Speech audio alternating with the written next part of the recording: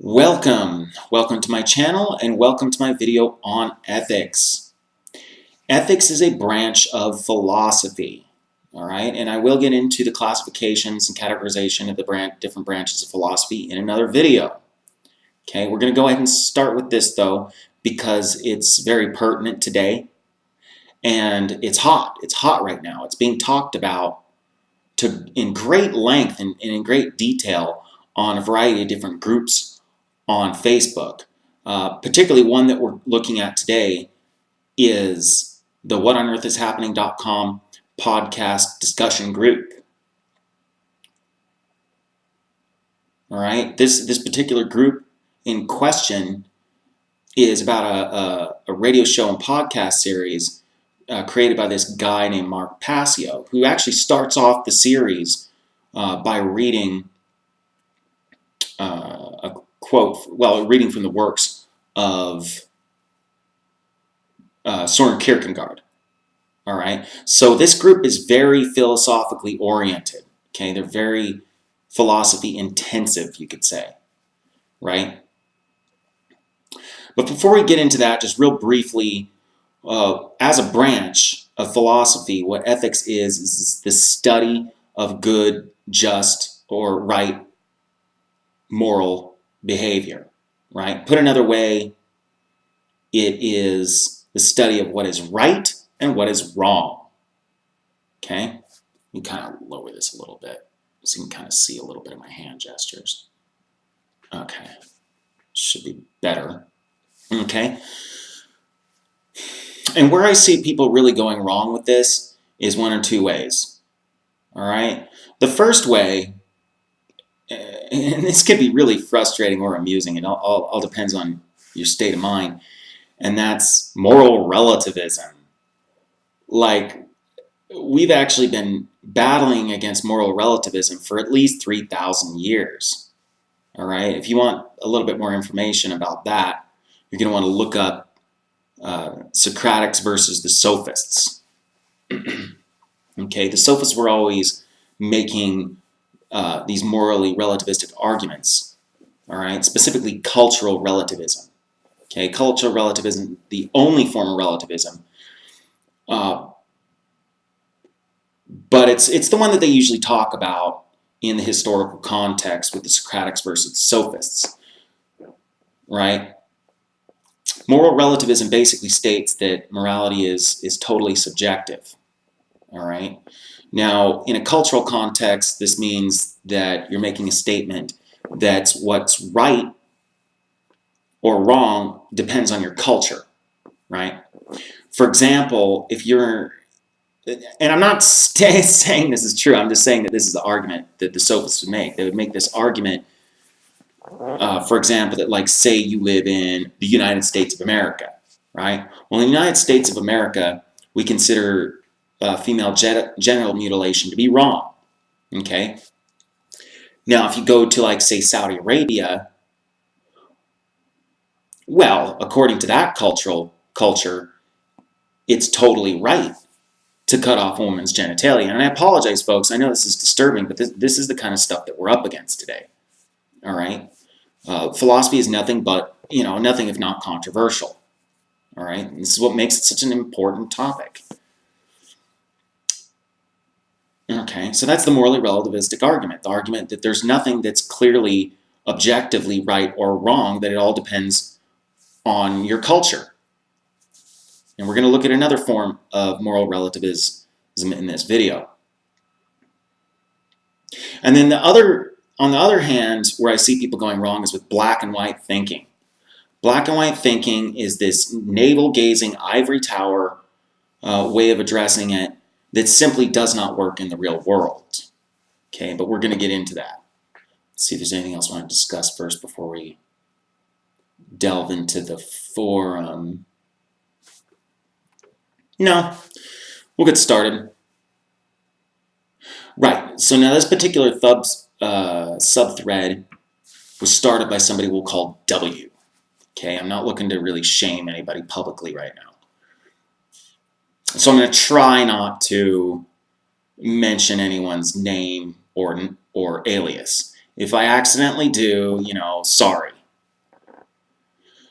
Right, so W makes this statement, what makes morality so special? Morals aren't black and white, and situations complicate them even more. Okay, now this is a morally relativistic argument, right? He's essentially arguing, well, and he goes on to pretty much argue that it's purely subjective and based on one's own preferences, okay? But then kind of defeats his own argument in the process without even really noticing. Now, A says denying reality does not change it. Then W says, so morality is reality? And then, because I think it's morally wrong to abort babies, and I don't think it's immoral to misgender someone, right? See, this is what's interesting about these morally relativistic arguments, is that the people that make them, they'll actually demonstrate that somewhere in their consciousness, they do actually have a concept of objective morality that exists outside of oneself, and is therefore not entirely subjective and based on one's own preferences, but yet they continue to deny it. It's really fascinating. He also says, I also could imagine killing for a good reason and giving for a malicious one. Okay? Right? But he's making the statement that that's just his personal opinion. It's fascinating. What I say is you are both right. This sounds paradoxical, but it can be reconciled. I obviously need to do a video on this. A, you are right to reject moral relativity. Just because we don't always know what absolute morality looks like doesn't make it an invalid concept. Moral relativism is easily defeated with the Socratic or Dialectical method, so long as the subject cooperates. W, you are absolutely correct to bring ethics down out of its ivory tower and here to the ground with all of the mud and dust. Reality is rarely black and white. Some things are more wrong than others. And I just noticed this. You notice he said rarely black and white. So there he's placidly admitting that in some cases there is clearly a difference between right and wrong that cannot be denied. Okay? This is exactly what I'm talking about. These moral relativists, they totally defeat their own arguments and yet continue to be in denial. It's very strange.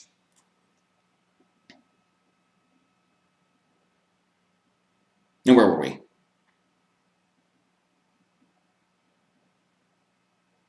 Oh, no, wait, I'm the one that said that. Isn't it? Oh, I totally got lost. Oh, yeah, I'm the one that said it's rarely black and white. Okay, right, because I'm the rational one. That's why I'm teaching philosophy. Anyway, some things are more wrong than others. Some things are more forgivable than others. Some bad behavior can actually be thought of as reasonable in certain contexts. I'll do a video on it soon for my new channel. Okay? Then A says, shaking my head, citing morals does not make them subjective. You just miscategorizing words. And I'm just reading the way it's written. It's a typo.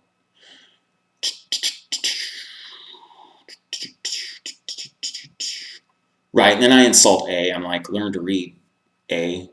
Because for some reason I thought he was talking to me. He's like, I did not read your comment. I answered, will you shill? See, so now I'm a shill. It's fine. I started it, I guess. But then he says this. He says, I don't address people that think reality is subject to perception. Like, I never said that. I don't believe I even insinuated that in any way, but okay. Honestly, our perception is pretty much, I can't even say that. Let's see, so certain actions, right. So then W says, so certain actions are good or bad 100% of the time? Because that's reality? Good argument, brah. And see, W has a point, even though he's the one making the morally relativistic argument. And here, you see how he says 100% of the time. So he's basically kind of admitting that, yes, in some cases, like I mentioned before, that there is a clearly right or wrong way of behaving. So I say, and now I'm a shill, and you still cannot read. Okay, good day to you, sir. And then I left. This conversation, I think it started a few days ago. And it's still going on. It's still going on. It's amazing. There's notifications right now. People that are still involved in this conversation. And this is what's sad, is none of us properly applied the Socratic Dialectical. I noticed a couple of people on here thought that's what we were doing, but it's incorrect.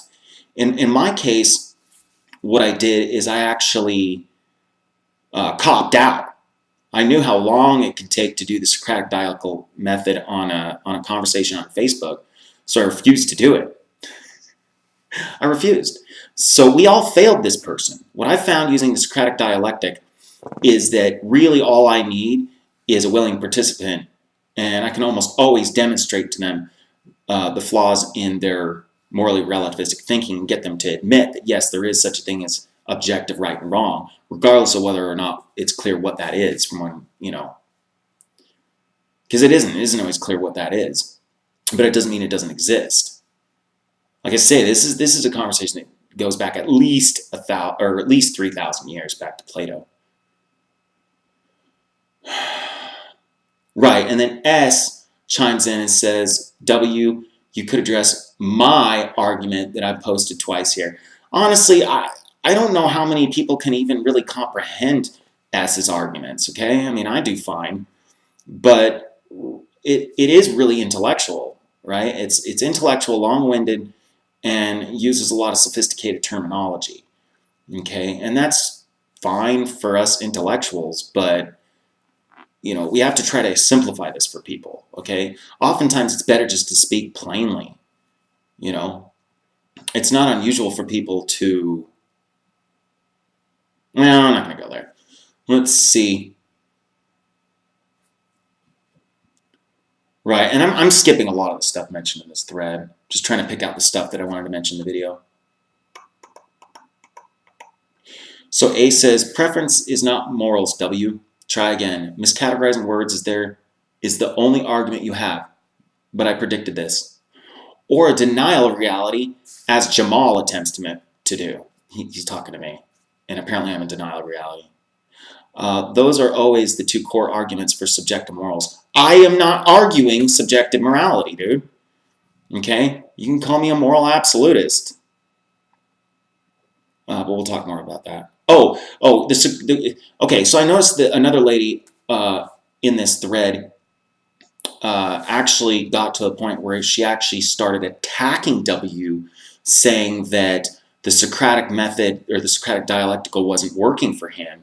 I don't remember exactly what he said, but insinuating that he's like mentally defective or something because the Socratic method wasn't working. But it hasn't been employed, okay, at all. Like the Socratic method deals entirely with asking questions, entirely.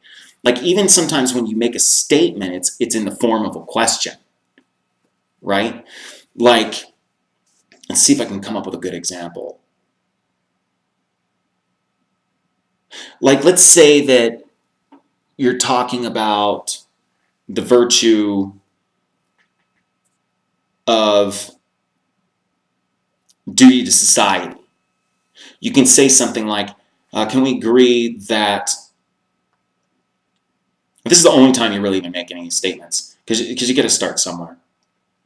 You can say that, can we agree that it's beneficial to the individual to have a sound society, or to have a peaceful and properly working society that's well defended from outside threats? But you see, that's not really a statement, it's a question. And if the person agrees, then you can move forward. If they don't agree, then you try again. Okay? And the way I've found that I can defeat the moral relativist argument and actually do essentially what you could call convert people, and get them to see for themselves that there is such a thing as absolute or objective morality, regardless of whether we necessarily know what that means at the point in time, is to keep bringing up examples, okay? Like earlier I used the example of genital mutilation. Well, like with some people, I'll talk about how in certain tribes in India, they still use a method of training elephants called the elephant crush. What they do is they put a juvenile elephant or a baby elephant in a tiny little cage and keep repeatedly poking it in the ear with sharp sticks to completely break its spirit. All right. Now here in the United States, we would say that that's wrong, right? But with a morally relativistic or specifically cultural relativistic argument, the statement would be like that, well, it's not wrong for them because their culture says it's okay. With a lot of people, they'll have to admit right then and there, no, that's just wrong. I don't care what your culture says. I don't care whether your culture says it's right or wrong. That's just wrong. Boom. They just admitted that there's such a thing as objective or absolute morality. Get it? And well, this doesn't work with some people. Some people don't give a damn, okay, about the elephants. So you bring that up, they're like, yeah, that's true. It's right. It's wrong for us to do that, and it's right for them because of the culture. Well, you just have to keep coming up with other arguments. Like with this one guy, he was just being really stubborn, but a willing participant. Okay, that's key. So what I did is, I know he's an Irish American. So I said, well, if you were Irish back during, I guess it was the early Renaissance or late medieval period, I don't know, they were persecuting Catholics, right? The Anglicans were actually doing inquisition against Catholics, even torturing them and burning them at the stake. It was an inquisition against Catholics. Okay, well, if you were Irish back in the day, you would have been Catholic, or at least assumed to be Catholic, and they would have tortured you. Well, that got him, because that hit really close to home. He's like, no, that's just wrong. Well, their culture at that time said it was okay, and it's totally permissible. That it was even the right thing to do. Right? Well, no, at that point, I got to him, right? And he's like, no, I don't care, that's still wrong. See? I don't care what the culture at the time and place says it is. It's wrong. Okay? Perfect. Okay? We failed this person. We failed this person, W. Okay? Because he was a willing participant, and my cop-out that it takes too long on Facebook is kind of lame, because I'm somebody that actually knows how to employ this strategy, and I didn't do it. I'm like, no, it takes too long. So I failed, and so did everybody else. You know, including this lady that thought that that's what we were doing is the Socratic Dialectic, and started going off on the guy, trying to claim that there's something wrong with him. No, there's something wrong with us, because we didn't properly apply the Socratic Dialectical. This isn't it, folks. This is not the Socratic Dialectic. Okay, Socratic Dialectic, you just ask questions, ask questions, ask questions. Because what you're trying to do is you're trying to help that person reveal the flaws in their thinking to themselves. Okay, what you're doing is you're getting them to correct their own thinking behaviors. And you can do this with yourself as well. You can have your own internal dialogue about this. Like one way to do it is, say you think you found something, a statement of truth, or something that you could call wisdom. The next thing you need to do is challenge that and ask yourself, are there any exceptions? And if you can think of any exceptions, you either have to modify your statement or throw it out altogether. Okay? That's the way the Socratic Dialectic works. So I call it the dialectical because it's a two-part thing.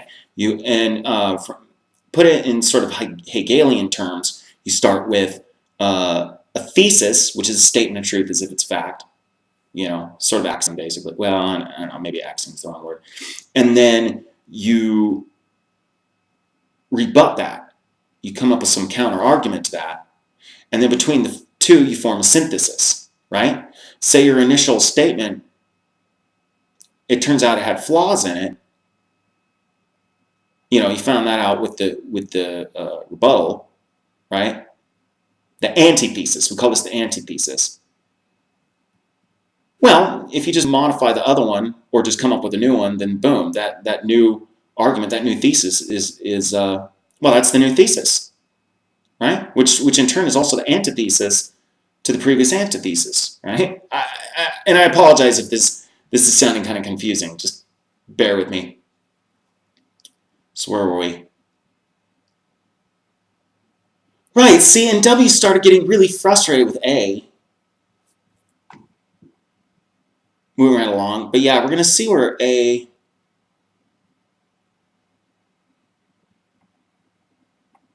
Yeah, I think I might have even missed that. Yeah, I might have missed it.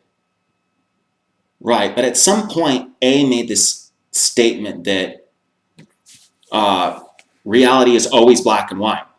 Oh, no, it's not. Do I have to prove that? I mean, I'm looking around the room right now, and I'm seeing various different colors and shades of gray. In fact, I don't see any pure white or any pure black. It's all shades of gray. Okay? But of course, and I apologize if I'm repeating myself, but yes, another mistake that people make, yes, it's saying that reality is always black and white. Hopefully that's ridiculous. Hopefully this is common sense by now. Hopefully I don't have to prove that reality isn't always black and white. Okay? But another place where people go wrong is saying that reality is always shades of gray.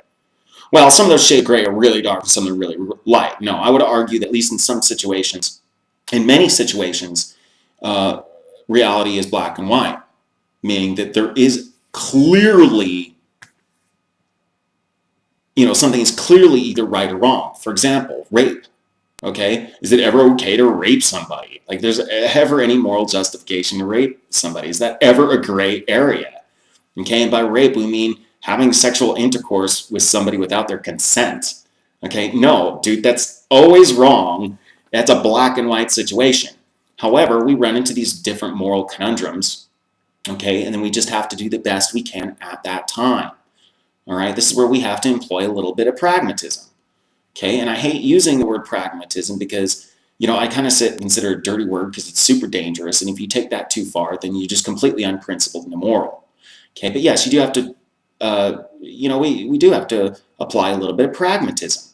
I define that which is wrong as doing harm, not necessarily harm to yourself or harm to another, although it can be that, but even doing harm to a fly, because nobody can come up with any objective argument that somehow it's right to ever cause harm, even if it's for your own benefit, right? This is kind of what we call speciesism, all right? It's just harm in general is wrong, and you're supposed to try to avoid causing harm, okay? But you can't. You can't completely avoid doing harm, right? You cannot walk down the sidewalk without accidentally squishing a bug, okay?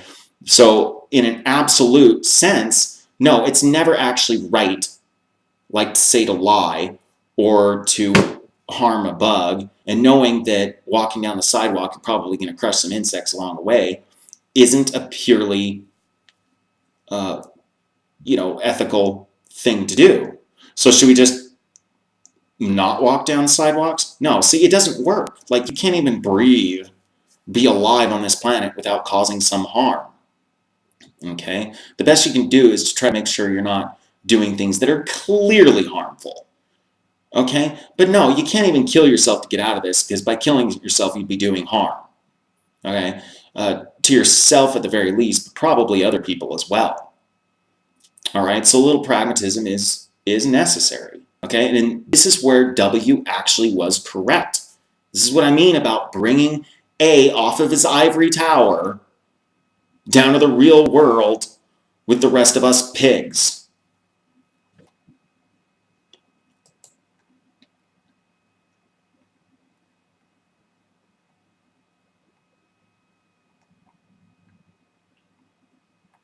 Okay, and I'm just kind of looking over the comments again. It's so long. This is actually a reshoot. The last video was actually pretty good, but I didn't set up the microphone correctly, so the sound was really echoey. But yeah, in the last one I got into the natural law, neurology and ethics. Oh, that's another thing that came up on this thread, was the notion that we've demonstrated that at this point that morality, or good morality, ethics, is objective. Okay, that's been demonstrated. Well, a lot of people have tried, and a lot of people have claimed that they have successfully demonstrated that. One of my favorite philosophers that talk about ethics is Immanuel Kant. Yes, I know I'm pronouncing it wrong. There are reasons for this. Okay, Immanuel Kant, like, he would employ the categorical imperative and universalism to determine right from wrong behavior, and I'm going to have to do a whole video just on that. Okay, because by even saying categorical imperative, you're liable to go and then like pass out, right? Just fall right to sleep. All right, so we have to actually demystify that term, explain what it means and how it's applied using universalism, which again, it's another one of those terms where if you don't already know what it means, it might just kind of cause you to lose consciousness, right? You might just pass right out. But yeah, no, actually, it's a lot more difficult than some people might think. You know, and if you think you have demonstrated, or have you seen a demonstration of morality being absolute, I don't know. That might just be your belief. You might want to take another look at that. Okay, but I think in this day and age, I think we've finally done it. I think we've finally done it because we have advanced neuroscience. Specifically, what we can do is we can actually scan people's brains and see where their brains are being defective. Okay, we can see where somebody's brain is not functioning properly. And what we find is when their brain's not functioning properly in certain areas, they will commit what's known as antisocial behaviors. Okay, no, antisocial does not mean non-social. Okay, if you're like staying at home alone, you want to go out and talk to people, whatever, you're not antisocial, you're just being non-social. Okay, when we're speaking in psychological terms and we say antisocial, what we're talking about is murder, rape, and theft, basically, right? Things that are contrary to the proper functioning of human society. All right, and this is actually contrary to what we call natural law, at least the way natural law was explained to me before I even found out about Mark Passio. Mark Passio explains it a bit different. Not saying he's wrong, but yes, he has a totally different approach to that. Yes, so we find that people whose brains don't function properly, particularly people who there's a lack of functioning in the frontal cortex and sometimes even a complete lack of functioning in the limbic system. Well, it's part of the limbic system. I always forget the name of that part of the brain. But yeah, we find that those people are the ones that are just incurably going around committing antisocial behaviors of some kind or another, right? Or people with properly functioning brains don't tend to do that, all right? Unless they've been severely brainwashed, they will not accept something like murder, rape, or genital mutilation as being right, okay? They just know, they can feel that it's wrong, okay? And so, because we can actually see that with these brain scans, yes, I think we have. I think we have successfully at least come really close to being able to demonstrate that there is such a thing as objective morality. And this can be described as behavior that's in line with natural law. Now I'm going to explain natural law a little bit differently. Okay, I wish I could cite the article. I read it many years ago, but basically the way it described natural law is it's essentially a legal system. Okay, so not at all the way Mark Passio approaches it, but the idea is that your legal system should be based on nature. Okay, the laws of nature.